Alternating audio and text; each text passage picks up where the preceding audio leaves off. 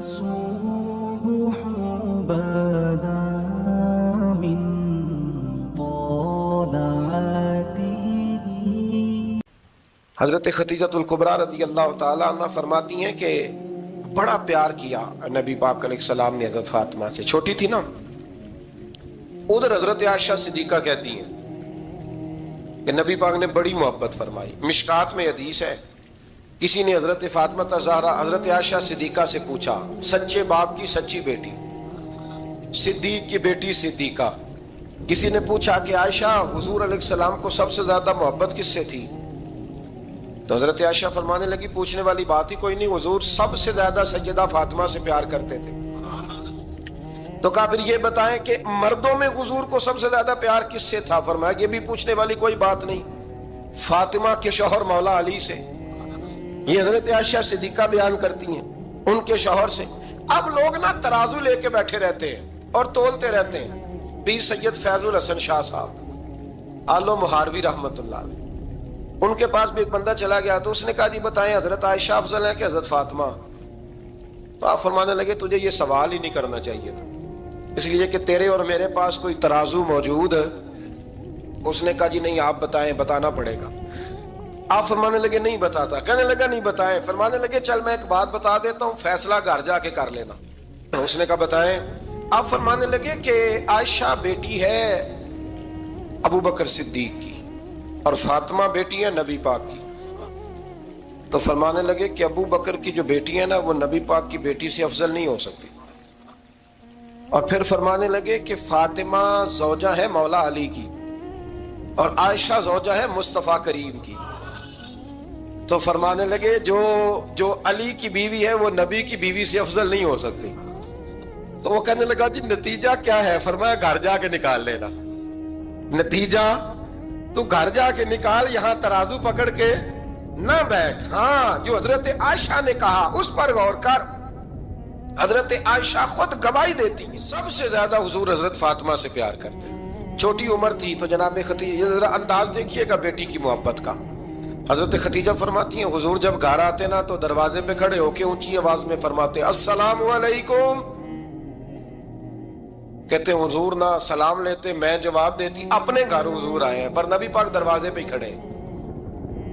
فرماتی ہیں کھڑے رہتے حضور, میں پھر تھوڑا ہنستی اور پھر میں کہتی فاطمہ سنتی ہو؟